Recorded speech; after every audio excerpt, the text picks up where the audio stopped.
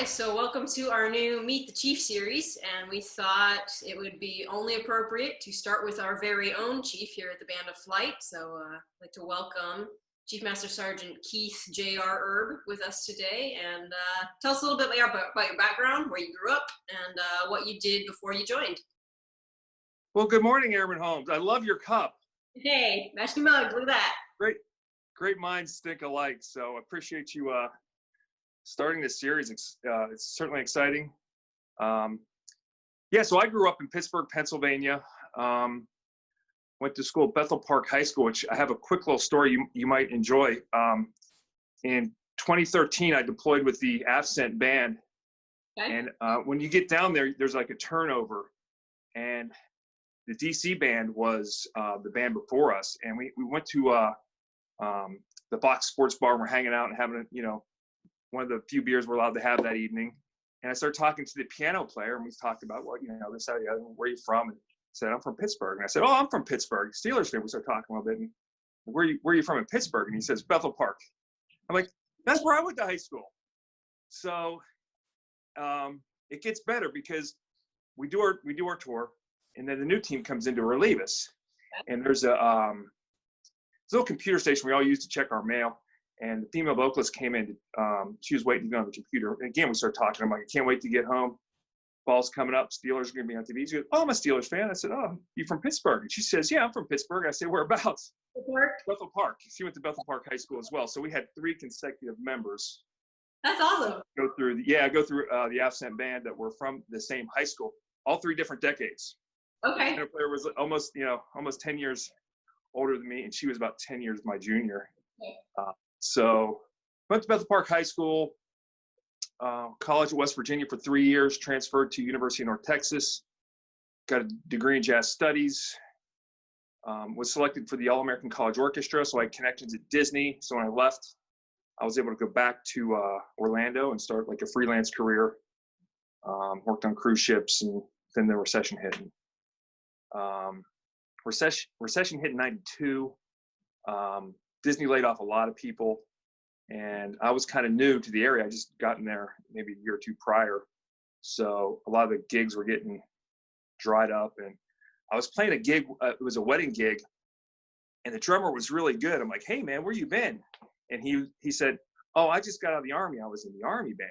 I was like, ooh, that's interesting. I've always thought about, worst come to worst, and it's getting there, because I'm selling T-shirts at the Hard Rock Cafe. So he said, yeah, it was cool, but if you're going to do it, join the Air Force.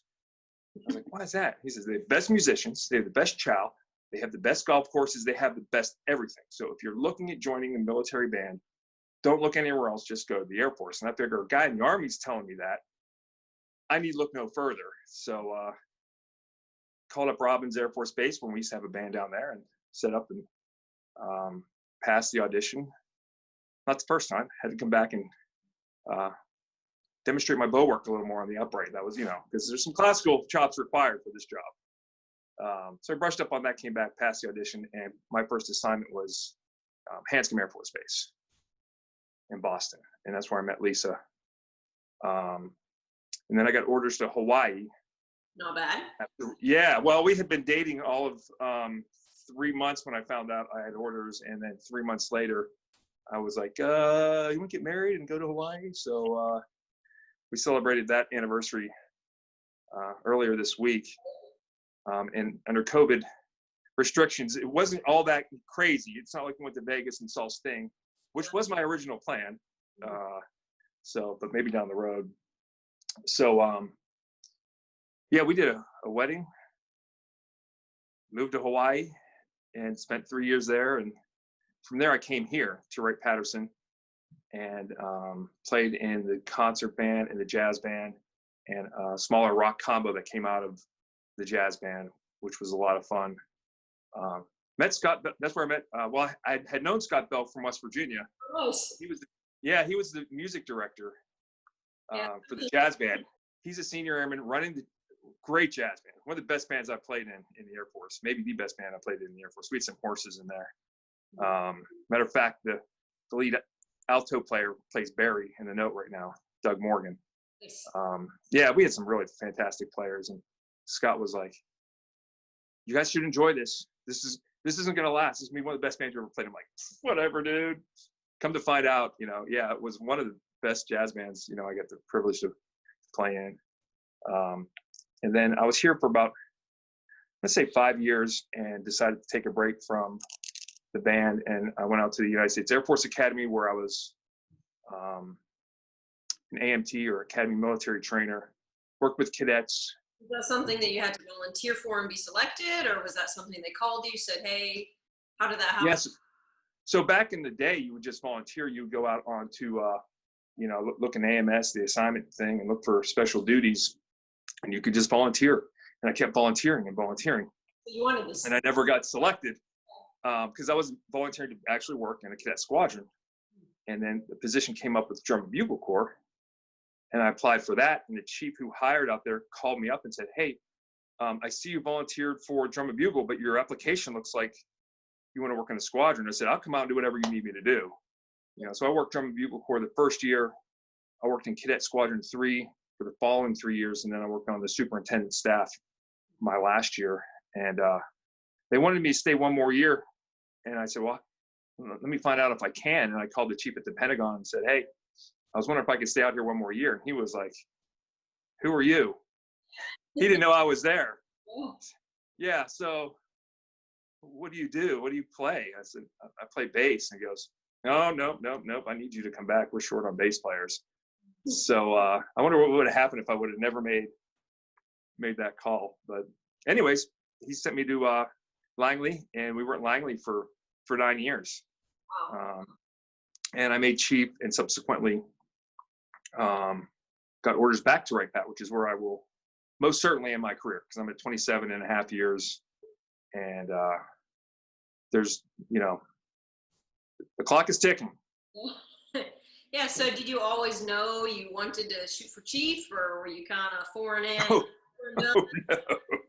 Did you say, this is something I want to pursue, and what led to that decision? So when I first came in, my plan was to ride out this recession.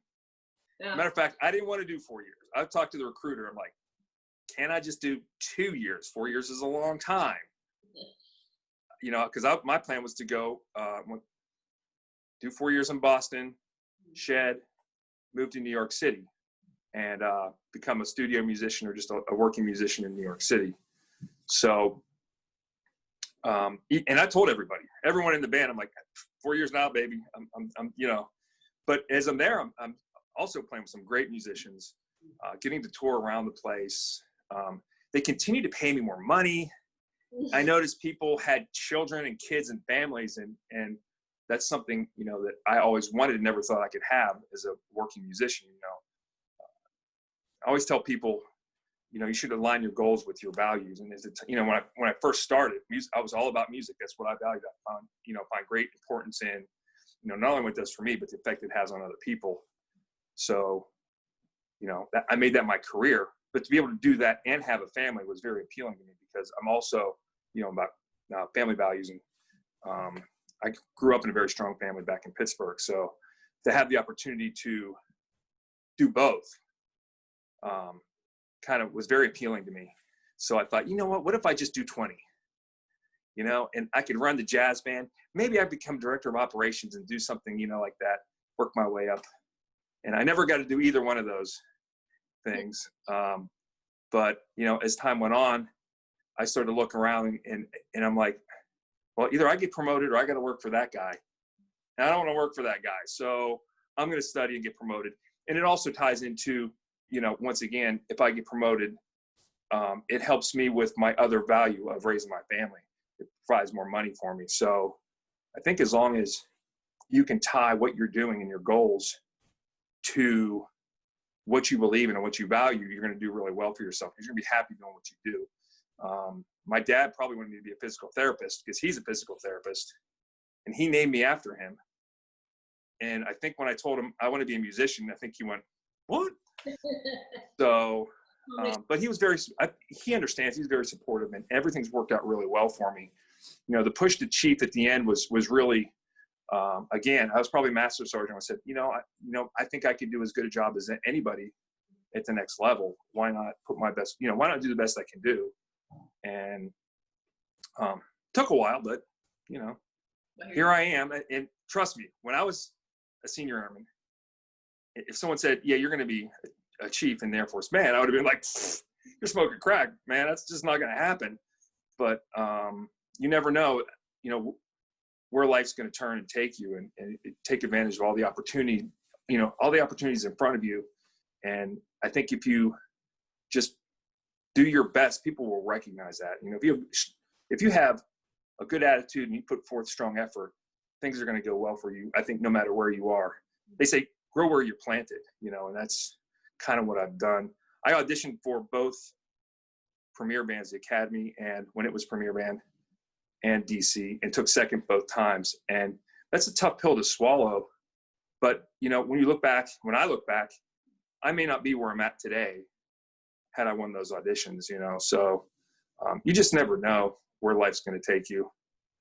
So yeah, it wasn't like I came in the Air Force and was like, I'm gunning for chief. I want to be the man. Yeah. It really was just kind of a gradual changing the course a little bit, and this is where I ended up. And then, who knows what is next. Hopefully it involves music. Yeah, so we kind of touched on how the Air Force shaped you and shaped your career as, kind of as it unfolded. And we also touched a little bit about your time at the Academy, but talk to me a little bit about what other positions or jobs have you had outside of the band career field, and kind of shed some light on that. So the AMT thing was really cool. I was in a squadron of about 120 cadets, and it was me and a major leading that, and it was fun. I mean, the cadets are full of energy. So are you in a training? Like, are you classroom teaching, or are you? Yeah, there's a little bit of everything with that job. It's a very unique job. It's a little bit of TI, not much, but you are the master of drill. Yeah. You need to know how to teach them, how to teach the other cadets. So that's really what you're doing, is advising the upperclassmen. When you think of trainers and like a MTI, they are the focal point at BMT. When you go to the Air Force Academy, the cadet is the focal point. You're in the background. What you're doing is advising them. They're leading, and you're just kind of helping them. It's kind of like, I wouldn't do that. And they go ahead and do it and go, yeah, well, next time maybe think of this or that or the other, because, we were told they can stumble, they just can't fall. So they didn't want anybody, falling off obstacles, killing themselves, or things that, it's like, but if they make small mistakes and they learn from them, which is what we do in life, is, don't do that again. Do this, there's better ways to do this, as long as we're learning and getting stronger. That's the important thing. And that's what you do there. Is we taught a little bit of PME. We did inspections. It was a cross between first sergeant, TI, den mother. It was just a little bit of everything, and it's a year-long schedule. So you never really see what you're doing until the first year, and you go, oh yeah, I remember doing this last year. It takes a full year to understand that job, but it was really fun. I enjoyed it. And then when I worked up on the superintendent staff, I worked in plans and programs, and we were developing a new training philosophy, which was really cool. I worked with a bunch of civilians with doctorates who were putting together this training philosophy, and colonels, and they had me on the team because I had just come out of the squadron, and they want to know, will that work? How does this work? And it was just really fun to put together, it's kind of more of a strategic plan for the cadets. And so that was kind of cool. And I had some, really fun opportunities at the Academy between going out in the field and training with them in Jacks Valley. And I got the opportunity to parachute. I got in the jump program. Most I got my 5 jumps in. Woo. That's awesome. I didn't do any more after that. What would you say, kind of overall, from the top perspective, what would you see are the biggest challenges for the bands, and what are the biggest rewards? Good question. right now, I think our biggest challenge is they've taken away what we do best, which is put a face and literally a handshake between the military and its citizens. We do that really well through the medium of music. And right now, that's not happening. So we're doing things like we're doing right now online, just showing a little bit of who we are, our human side to the American public through social media. But I don't think we can continue to do that. I don't think it's sustainable. I think we need to get back out in the public. I think that's what we do really well, is provide, world-class music support for the Air Force, not just, but, relating to the American public, but also when it comes to honors, inspiring next generations to serve and things of that nature. But doing it live is how I think we do it best, because people connect with the music and then they want to come up and talk with you after the show and shake your hand. And I think it's going to be a challenge. How do we continue to do that, to honor, inspire, connect,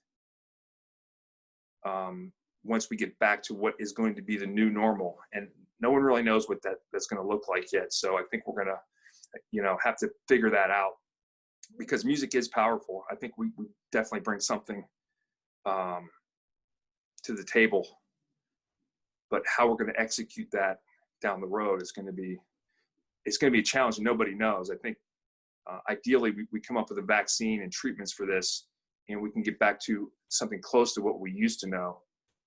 But until then, I think it's just going to be a challenge to find ways to connect with people through music. From day one, I have been told that flexibility is the key to air power. That's the truth. And that is the truth. And I think what you've described as to what we've been pushed to, the social media, and I've been kind of seeing what other bands are doing to fulfill the mission and to keep it going. And it'll be interesting to see where this leads.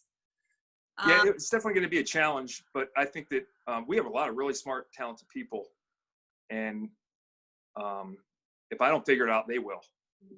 Like I said, I only got 2 years, so I think by the time I get out, we'll just be starting to see the new normal 2 years down the road, what we're really going to look like. So looking back over your entire career, what would you say are kind of your biggest takeaways, your biggest lessons learned? Is there a way that you can kind of encapsulate, I know you're not quite done, but looking back, do you have any tips for new people coming in, either in the bands or in the Air Force at large?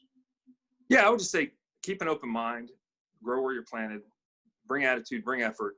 I just watched a thing with Chief Gaylor, who's one of our previous Chief Master Sergeants, and he's Chief Master Sergeant of the Air Force, and he did a little chat, and he talked about attitude, and he would go into the chow hall, and he can call it chow hall, we call it DFAC, but he would talk to someone and say, "What do you do?" And everyone would say, "Well, I shred radishes and I put them on a tray." Okay, and then later he talked to someone, "What do you do?" "Oh, I provide meals to the greatest Air Force, blah blah blah." It's all, they're doing the same thing. It's like you as a trumpet player. What do you do? "Well, I blow into this tube and sound comes out the other end."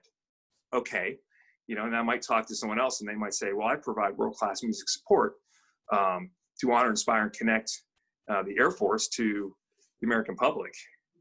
And I also blow on a tube and sound comes out the other end." So I would say just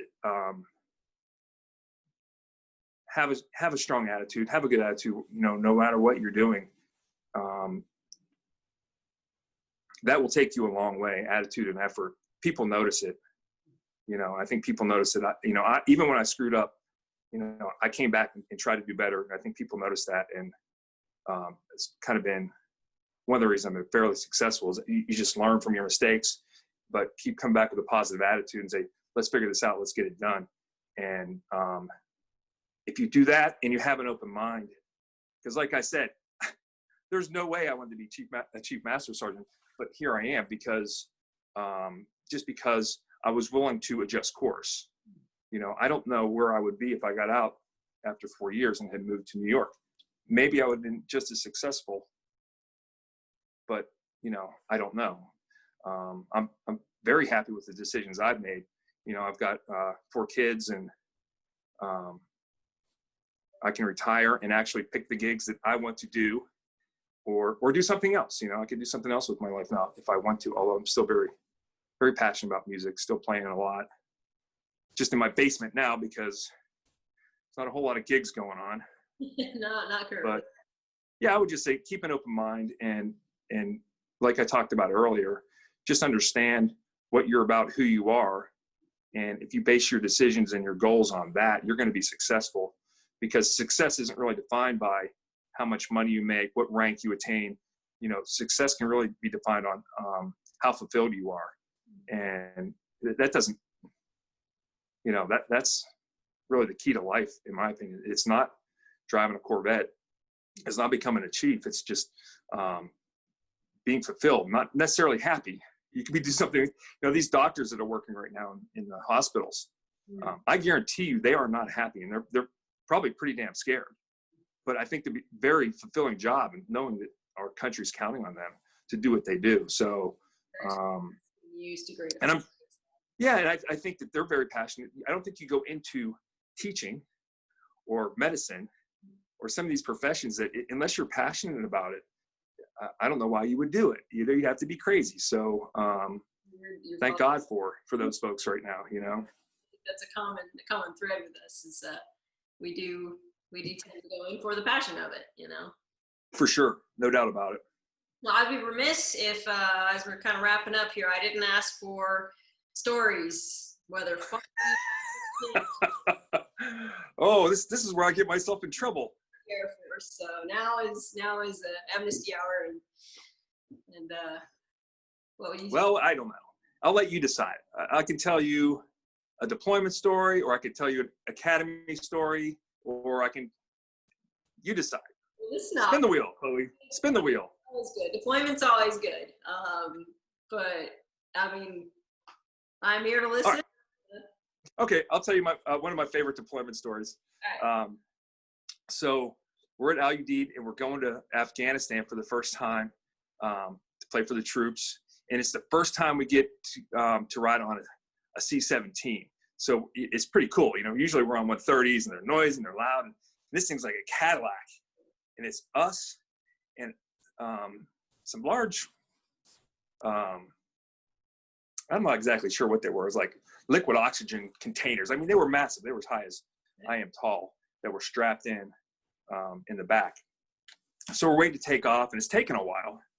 So I'm sitting next to our audio engineer, you know him, Staff Sergeant Kelsey McDonald, and the two of us have our laptops open, and we're starting a movie. You know, we're just starting our own little movies and got our headphones on, and plane starts to move, and everything seems to be fine. And then I noticed this person in a flight suit come flying out of the flight deck, which is up. It's up about a story, you know. So he comes down these steps, just hauling ass. And he goes to the back of the plane, and he looks out the window. Then he hauls ass back up to the flight deck.